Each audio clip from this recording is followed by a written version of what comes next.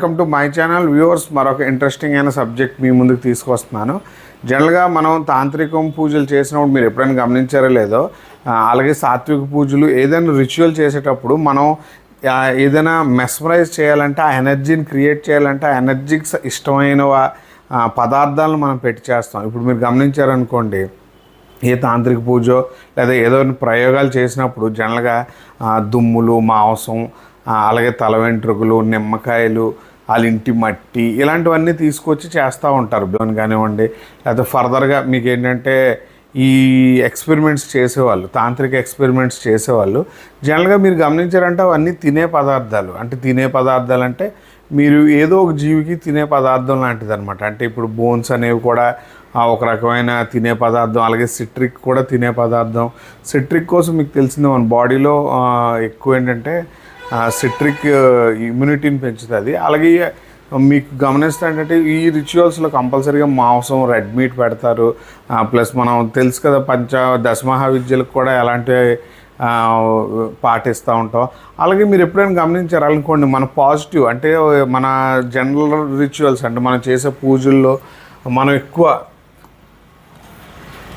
పూజల్లో ఏంటంటే ఒక్కొక్క దేవుడికి ఒక్కొక్క విషయం ఇష్టం ఉన్నదని చెప్పి మన శాస్త్రాలు చెప్తానే ఉన్నాయి. అంటే ఆ ఇష్టమైన పదార్థాలన్నీ ఒకచోట తీసుకొచ్చి సమ్ కైండ్ ఆఫ్ స్పెల్స్ అంటే మంత్రాలను ఉచ్చరించడం వలన అవి డెఫినెట్గా వైబ్రేషన్స్ క్రియేట్ చేస్తాయి అనేది చాలా నిజం అనమాట. మీకు ఆ నిజమే రిచువల్ని ప్రాక్టీస్ చేయడంలో ఉంటుంది. ఇప్పుడు మీకు ఒక గమనించాలంటే మనం సింపుల్ అంటే జనరల్ లైఫ్ ఎగ్జాంపుల్గా మాట్లాడుకోండి. ఒక అందమైన వ్యక్తి మనకు కనిపించినప్పుడు కూడా అతని దగ్గర ఒక స్మెల్ బాగాలేదనుకోండి, ఆటోమేటిక్గా ఒక డిస్టర్బెన్స్ అనేది క్రియేట్ అయిపోతుంది, అంటే ఇంప్రెషన్ పోతుంది. అలాగే ఒక అన్నోన్ ఎనర్జీస్ని మనం ఎప్పుడైనా మన లైఫ్లోకి తీసుకొచ్చినా, లేకపోతే ఏదైనా ప్రయోగాలు, ఎక్స్పెరిమెంట్స్ చేసేటప్పుడు కూడా ఈ థింగ్స్ అనేవి చాలా ఇంపార్టెంట్ అనమాట.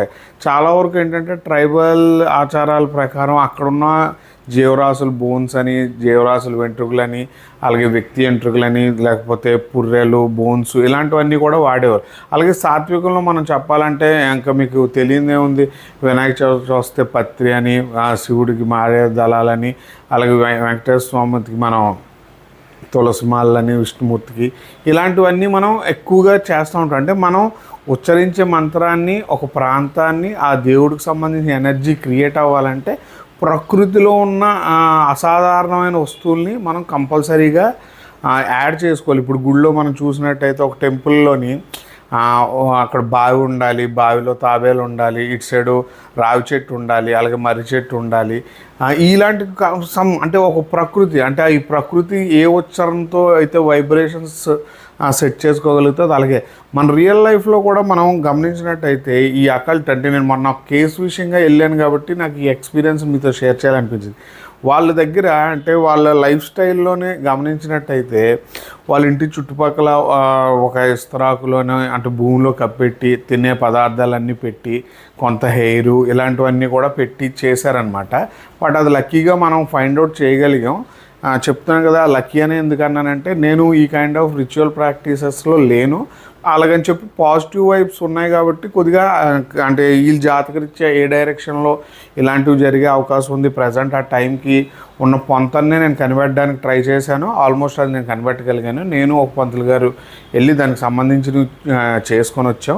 బట్ యాక్చువల్గా ఇక్కడ విషయం ఏంటంటే వాళ్ళు చాలా పెద్ద ఫ్యామిలీ అనమాట, ఇండస్ట్రియలిస్ట్ అని చెప్పొచ్చు, ఒరిస్సా.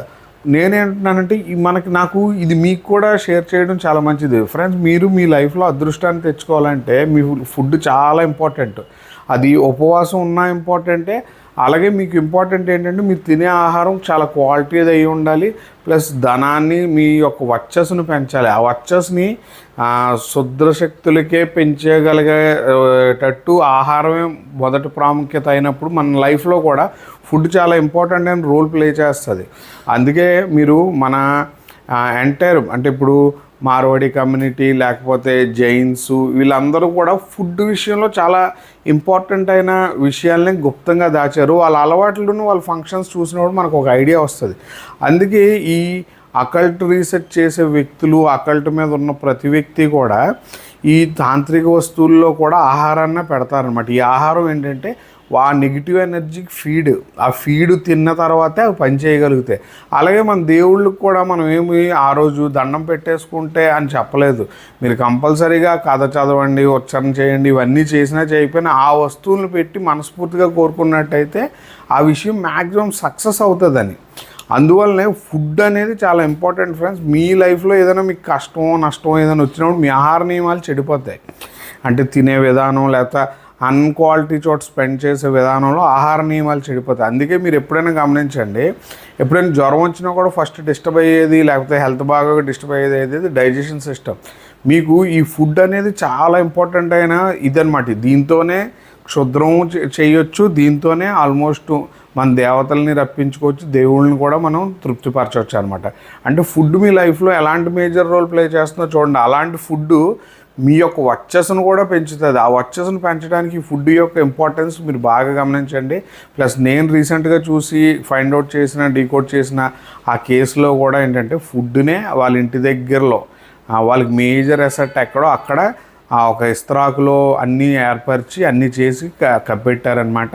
అది మనం ఫైండ్ అవుట్ చేసి తీయగలిగాము. అలాంటిగా మీ లైఫ్లో కూడా ఇలాంటివి జరుగుతాయని కాదు, మీ లైఫ్లో ఫుడ్కి చాలా ఇంపార్టెంట్ అయిన ప్రాముఖ్యత ఇవ్వండి. మంచి ఆహారం తీసుకోండి, అన్ని విషయాలుగా ఆటంకాలు రాకుండా ఉంటారు. అలాగే ఉపవాసాలు ఉండడానికి ట్రై చేయండి. మీకు ఎప్పుడైనా డిస్టర్బెన్సెస్ ఎక్కువ ఉంటే ఉపవాసాలు ఉండడానికి ట్రై చేయండి ఫ్రెండ్స్. వీలైతే వీడియో లైక్ చేయండి, షేర్ చేయండి, సబ్స్క్రైబ్ చేయండి.